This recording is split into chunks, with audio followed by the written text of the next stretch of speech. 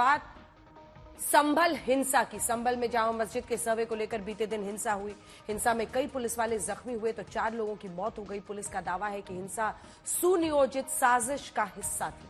साजिश के तहत सर्वे के दौरान हिंसा कराई गई। नकाबपोश उपद्रवियों को हथियारों के साथ बुलाया गया था। अब तक हिंसा के मामले में 2 दर्जन से ज्यादा आरोपियों की गिरफ्तारी हो चुकी है। सैकड़ों लोगों के खिलाफ केस दर्ज हो चुका है। अब सवाल यही है कि संभल हिंसा का सच क्या है? कौन है हिंसा का मास्टरमाइंड?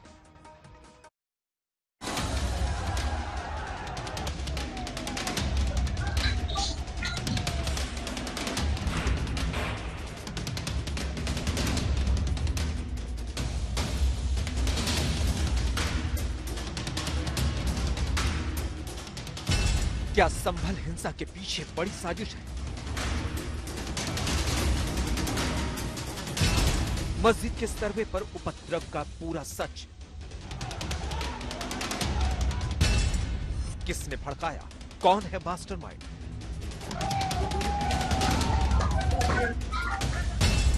क्या अफवाह बन गई बवाल की वजह? क्या पुलिस की गोली से हुई 4 मौतें? पत्थरबाजी से लेकर गोलीकांड तक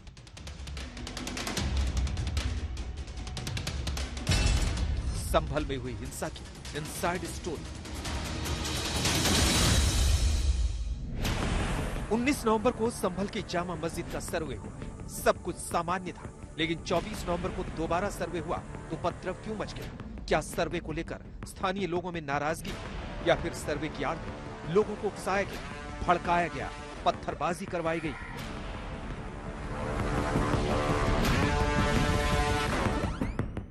संभल हिंसा का आखिर सच क्या है? तारीख 24 नवंबर 2024, वक्त सुबह के 7 बजे।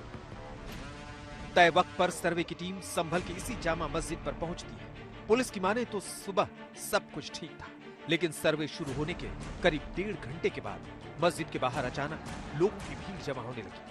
भीड़ में कुछ नकाबपोश मौजूद थे। यहीं से बवाल शुरू हुआ। मतलब एक तरफ पुलिस और दूसरी तरफ भीड़। थोड़ी देर में ही सर्वे को लेकर भीड़ की तरफ से पत्थरबाजी शुरू हो गई। पुलिस के मुताबिक भीड़ को उकसाने का काम स्थानीय सांसद जियाउर रहमान ने किया। 800 लोगों के खिलाफ मुकदमा लिखवाया है उन्हें। जियाउर रहमान बर्क और सोहेल इकबाल नामक ये 2 नामजद अभियुक्त हैं, जिनको उन्होंने अभियुक्त बनाया है। उनके द्वारा बताया गया है कि भीड़ को इन लोगों ने भड़का के बलवे का रूप दिया। यह उल्लेखनीय है कि जियाउर रहमान बर्क को 168 बीएनएसएस का नोटिस जनपद संभल की थाना कोतवाली पुलिस द्वारा भी पूर्व में दिया गया था। उनके द्वारा पूर्व में भी भड़काऊ भाषण दिए गए थे। उस भड़काऊ भाषण के दौरान उनको बताया गया था कि आप इस तरीके के भाषण ना दें, इनसे बाज आएं, लेकिन उन्होंने उसके बाद भी भीड़ को उकसाने के लिए और जामा मस्जिद की हिफाजत, कोर्ट एंड अनकोर्ट, इस स्टेटमेंट के साथ में लोगों को मोबिलाइज करने का प्रयास किया। उसी मोबिलाइजेशन का कारण था कि जो कल जो आपने भीड़ देखी, एकाएक 8:45 पे लोग इकट्ठे हुए और उन लोगों ने इस तरीके की घटना को अंजाम दिया, जिसमें 15 पुलिसकर्मी जो है वो घायल हुए थे और 4 अधिकारी जो है उसमें घायल हुए थे। बड़ी बात यह है कि 11 बजे जैसे ही सर्वे खत्म हुआ और मस्जिद के लाउड स्पीकर से सर्वे खत्म होने का अनाउंसमेंट हुआ, नकाब में आए उपद्रवियों ने पुलिस पर पत्थरबाजी और आगजनी शुरू कर दी। अब सवाल यही है कि मस्जिद से अनाउंसमेंट के बाद संभल का माहौल बिगाड़ने की साजिश किसने रची? क्या उपद्रवियों को बाहर से बुलाया गया? कहां से आए थे नकाब वाले पत्थरबाज? क्या उपद्रवियों ने पुलिस पर फायरिंग की? क्या पूरी प्लानिंग के साथ पत्थरबाजी हुई? देखिए, सुरक्षा व्यवस्था तो पूरी थी, पहले भी थी, अभी भी है। नए लड़कों को उकसा के ये काम करवाया गया है, क्योंकि इस बात की जरूरत थी नहीं कहीं से भी। न तो ये जो लोग वहां इकट्ठे थे, न तो ये स्टूडेंट है, न तो किसान है, न तो किसी तरीके, ऐसा कोई मुद्दा भी नहीं था। केवल सर्वे किया जा रहा था मस्जिद का, और सर्वे का मतलब इंस्पेक्शन है। ये भी नहीं कि कोई चीज तोड़ी या कोई चीज खोली या ऐसी कोई भी चीज हो रही थी।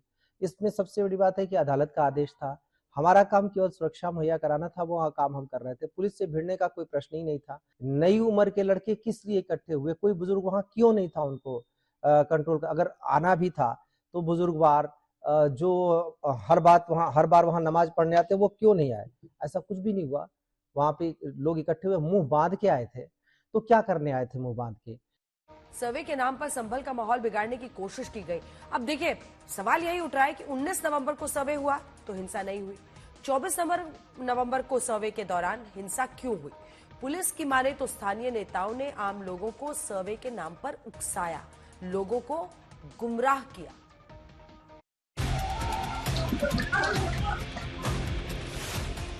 शुरुआती जांच में पुलिस उपद्रव के पीछे बड़ी साजिश का एंगल देख रही है। मतलब सर्वे के बाद बवाल होगा, ये हिंसा की प्लानिंग का हिस्सा था। जैसे ही ये अनाउंसमेंट हुआ कि सर्वे कंप्लीट हो चुका है, बहुत अच्छे से सर्वे हो चुका है, उसके बाद अचानक से पत्थर शुरू हो गए थे और उसके बाद सब कुछ सर इसमें लार्जर कॉन्स्पिरेसी सामने आई है, क्योंकि जिस तरीके से सुनियोजित तरीके से 3 रास्तों से लोग निकल कर आए थे, क्या उनका मकसद था कि सिर्फ मस्जिद के इलाके में नहीं बल्कि शहर के अन्य हिस्सों में भी हिंसा की आग को पहुंचाना उनका मकसद था? और ये हैंडमेड हथियार जिस तरीके से थे, तो क्या पहले से तैयारी करके उनको बनाया गया था? कहीं इस जगह ऐसी कोई जगह आइडेंटिफाई हुई है? हमें जो अभी प्रतीति हुई है प्राइमा फेसी, वो ये लग रहा है कि रातों रात इसका हो सकता है प्लानिंग किया गया हो, और बाकी डिटेल जब इन्वेस्टिगेशन होगा उसके बाद पता चलेगा। क्योंकि जब आपस में इतनी पत्थरबाजी की, इन्होंने अपने ही लोगों के ऊपर पत्थरबाजी की, गोली चलाई और हथियार का जो प्रयोग कर रहे थे, इस बात का प्रतीक था कि मे भी आपस में भी इनके अंदर कुछ न कुछ रहा हो। कुछ घरों से भी वेपन रिकवर हुए? घरों से भी कुछ वेपन रिकवर हुए हैं और वो सारा रिपोर्ट के अंदर है, वो आपको मिल जाएगा तो पता लगेगा। सर कुछ इस तरह के क्लू मिलेगा कि बाहर से बड़ी संख्या में लोग आए थे? बहुत बाहर से तो मैं नहीं कहूंगा, लेकिन 10-15 किलोमीटर के एरिया से लोगों को बुलाया गया है। ये है जफर अली, ये जामा मस्जिद के वकील भी हैं और सदर भी। जफर अली का दावा है कि हिंसा की वजह अफवाह है, वही अफवाह जिसने संभल का माहौल बिगाड़ दिया। अगर सर्वे के दौरान मस्जिद के हौज का पानी नहीं निकाला जाता तो हिंसा नहीं भड़कती। मैंने पहले भी बताया, फिर भी बता रहा हूं कि मैं इसमें सिर्फ 2 लोगों को जिम्मेदार ठहराता हूं, सीओ संभल अनुज कुमार और एसडीएम संभल को ही जिम्मेदार ठहराता हूं इसमें। क्या कुछ हुआ था सर? हम जामा मस्जिद परिसर में ही थे जब वो मस्जिद हो गई और उन्होंने खामखा उसे हौज को खाली कराया, जबकि सर्वे कमिश्नर ने कहीं ये नहीं कहा कि साहब इसे खाली कराओ। डीएम साहब और एसपी साहब ये कह रहे हैं कि नहीं, डंडा डाल के इसकी गहराई देख लो, उसके बावजूद भी वो कहीं कि नहीं खाली करिए, नहीं खाली। जब वो पानी चारों तरफ चला, क्योंकि अमूमन जो सिर्फ जुमे के दिन चलता है, खाली होती है, और जब वो कल चला तो पब्लिक के जहन में ये बात गई कि ये खुदाई चल रही है। वहां से लोग जो थे वो फिक्रमंद हो गए, वो सब फिक्रमंद हो गए, तो और भीड़ इकट्ठी, पूरे शहर में अफवाह फैल गई कि खुदाई हो रही है, जिसमें अनुज कुमार ने आग में घी डालने का काम किया। उन्होंने लोगों पर लाठियां भाजी, जो भीड़ ये जानने आ रही थी कि आखिर हो क्या रहा, और उन्हें गालियां दी और ठोक देने की धमकी दी और लाठीचार्ज करवाया। हिंसा हुई, हिंसा क्यों हुई इसकी जांच जारी है, लेकिन सवाल ये भी है कि हिंसा के दौरान 4 मौतों का सच क्या है। पुलिस का दावा है कि उपद्रवियों की गोली से ही 4 लोगों की मौत हुई है। अभी तक 4 डेथ कंफर्म हुई है, चारों का पोस्टमार्टम भी हो चुका है, और पोस्टमार्टम की रिपोर्ट में प्रथम दृष्टया देशी बंदूक से जो कारतूस इस्तेमाल होते हैं उससे लगने की बात है। तो इसमें हम इसकी पड़ताल भी आगे होगी, इसमें पुलिस इन्वेस्टिगेशन करेगी।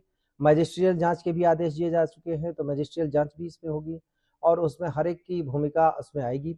और इसमें जैसे जैसे आगे साक्ष्य मिलते जाएंगे, जैसा मैंने कहा, कड़ी कार्रवाई करेंगे। इसमें एनएसए लगाने तक का भी प्रावधान है और उसमें भी हम कार्रवाई करेंगे। पुलिस की माने तो पोस्टमार्टम रिपोर्ट से खुलासा हुआ है कि अवैध हथियार से चली गोली से 4 की मौत हुई। यही नहीं, उपद्रवी अपने साथ हथियार लेकर आए थे। कल जब फोरेंसिक टीम द्वारा मौके पे कल देर रात्रि जब सब लोग चले गए थे, इस तरीके के वेपन उनके वहां से घटना स्थल पे, जहाँ पे कई सारे चप्पल जूते पड़े थे, उनके बीच में ये भी बरामद हुआ है। इस तरह देख सकते हैं कि आप भीड़ के जो बलवाई थे, पत्थरबाज थे, उनका क्या मकसद था, उनका क्या उद्देश्य था। पुलिस वालों के पांव में गोली लगी है और इस तरीके की ये जो है जो उनका जो उद्देश्य था। हिंसा के मामले में पुलिस ने अब तक 2 दर्जन से ज्यादा लोगों को गिरफ्तार किया है, सैकड़ों के खिलाफ मामला दर्ज किया है। पुलिस का दावा है कि सीसीटीवी फुटेज से दंगाइयों की धरपकड़ जारी है। तकरीबन 2500 के लगभग लोगों के ऊपर है अभियोग पंजीकृत हुआ है। सभी लोगों की सीसीटीवी और ड्रोन के माध्यम से आइडेंटिफिकेशन किया जाएगा और सबको जेल भेजा जाएगा। जिया और रहमान के खिलाफ भी एफआईआर दर्ज की गई है। हाँ, एक हमारे चौकी प्रभारी द्वारा इस नाम से, जिस नाम से आप बता रहे हैं, उस नाम से मुकदमा दर्ज किया गया है। बीएनएस 168 के तहत BNS 168 के तहत पहले नोटिस दिया गया था, अब उसके बाद में कार्रवाई की गई है। और अब इस पूरे मामले में मैजिस्ट्रियल जांच करने वाले अधिकारी अंजनेय कुमार सिंह से हमारे सहयोगी आशुतोष ने बात की है। सुनिए। संभल की हिंसा के बाद प्रशासनिक कार्रवाई शुरू हुई है। कई सारे सवाल भी खड़े हैं। अंजनेय कुमार सिंह जी, आप जांच करेंगे, प्राथमिक जांच में क्या कुछ अब तक सामने आया है? अभी तक जो जांचें हुई हैं उसके अनुसार 7 एफआईआर दर्ज हुए हैं। उसमें एक में तो जो वहाँ के माननीय सांसद हैं उनके खिलाफ भी एफआईआर हुई है।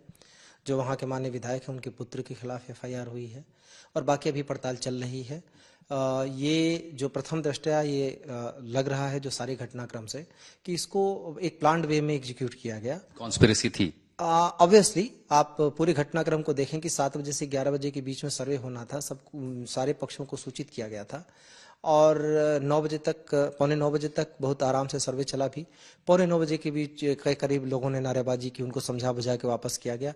फिर 10 बजे के करीब सारे आ गए वहां पे और अचानक से वहां से भीड़ इकट्ठी होती है। ये पहले से भी उस एरिया की रही है। अचानक से भीड़ इकट्ठी होके और उसके बाद पथराव करने लगी। मस्जिद से इमाम साहब ने भी ऐलान किया 11 बजे कि सर्वे कंप्लीट हो गया है और आप जाने दें, जो सर्वे की टीम निकलने दें और कोई भी चीज़ नहीं है, सब कुछ ठीक ठाक है। इसके बावजूद चूंकि वो प्लांट वे में आप देखेंगे सबने चेहरा ढका हुआ है और हालांकि सबके चेहरे अगल बगल के कैमरों में आ गए हैं। वहाँ पे ड्रोन कैमरा भी चल रहा था, हमारा अपना कैमरा भी चल रहा था। तो सबके आगे जानबूझ की चीज़ों, मस्जिद के ऊपर पथराव की गई, वो टारगेट उस टीम को बनाने की या डराने की कोशिश की गई। उसके बाद गाड़ियों को फूंका गया, तोड़ा गया, फिर फूंका गया, फिर पुलिस के ऊपर पथराव किया गया। इसमें कहीं पे भी आप पूरी वीडियो देखेंगे तो कहीं पे भी उकसावा नहीं है, पर ये जानबूझ के की गई कार्रवाई। इससे पता चलता है कि ये प्लान्ड वे में इस तरीके से चीजें की गई। वहां दुकानें बंद थी, कहीं कोई भीड़ इकट्ठी होने का सवाल भी नहीं। कुछ आरोप आप पर भी लगा, उस पर मैं सवाल पूछूं उससे पहले ये जानना जरूरी है। आपने कहा कि स्थानीय विधायक जो बेटे उनका नाम है, सांसद का नाम है, क्या इनको जिम्मेदार मान रहा प्रशासन या आपके पास सबूत हैं कि इनकी वजह से भीड़ आई थी, ये जिम्मेदार है हिंसा के लिए? जो एफआईआर दर्ज हुई है वो तो साक्ष्यों के आधार पर हुई है, लेकिन अभी स्पष्ट रूप से चीज कहना आगे पड़ताल का विषय। उनको नोटिस दिया था प्रशासन ने, पुलिस की ओर से कुछ नोटिस दिया गया था हाल फिलहाल में? देखिए, नोटिस तो उनको दिया गया था, जो विधायक के पुत्र हैं उनको दिया गया था। और इस मामले को लेकर के नहीं, सामान्य तौर पर चूंकि आप देखेंगे जो पहले दिन सर्वे हुआ उस सर्वे में 2 पक्षों को होना था, लेकिन वहां पर सांसद जी भी मौजूद थे, माननीय सांसद जी भी, और माननीय विधायक जी के पुत्र भी थे, जिनकी कोई जरूरत नहीं थी। प्रशासन तो केवल सुरक्षा के लिए था। तो ये बात समझने की है कि कोर्ट का आदेश है, कोर्ट जो कमिश्नर है उसकी मौजूदगी में, उसके कहने पर यह सर्वे हो रहा है। प्रशासन का रोल सिर्फ सुरक्षा का है और प्रशासन में पार्टी भी नहीं है। फिर प्रशासन जफर अली को आज हमने देखा हमारे सामने पुलिस उन्हें ले गई, क्या उन्हें गिरफ्तार किया गया? नहीं, जफर अली को गिरफ्तार नहीं किया गया। उन्होंने कुछ ऐसी बातें की जो साक्ष्यों से परे है, तथ्यों से परे है। प्रेस कॉन्फ्रेंस भी किया, उसमें ऐसी बातें कही जो लोगों को फिर से उकसाने वाली थी। आप पर आरोप लगाए कि पुलिस दरअसल देसी बंदूक से, देसी कट्टे से गोली चला रही थी, क्योंकि जो लोग आए थे भीड़ में वो एक दूसरे पर गोली क्यों चलाएंगे? निश्चित रूप से उनके पास इस बात का साक्ष्य होगा। मैंने कहा हमारे पास तो कैमरे हैं, हमारे पास ड्रोन कैमरे में रिकॉर्डिंग है, हमारे अपने कैमरों में रिकॉर्डिंग है। अगर उन्होंने ऐसा कहा है तो उनके पास इस बात का साक्ष्य होगा और वो साक्ष्य इसीलिए उनको बुलाया गया। आज जो पूछताछ के लिए उनको इसी बात के लिए बुलाया गया कि जो आप कह रहे हैं उस बात का साक्ष्य होना चाहिए। मस्जिद परिसर में जब सर्वे हो रहा था तो वो पूरा कैमरे, और सर्वे का एक मतलब आपको बता दूं,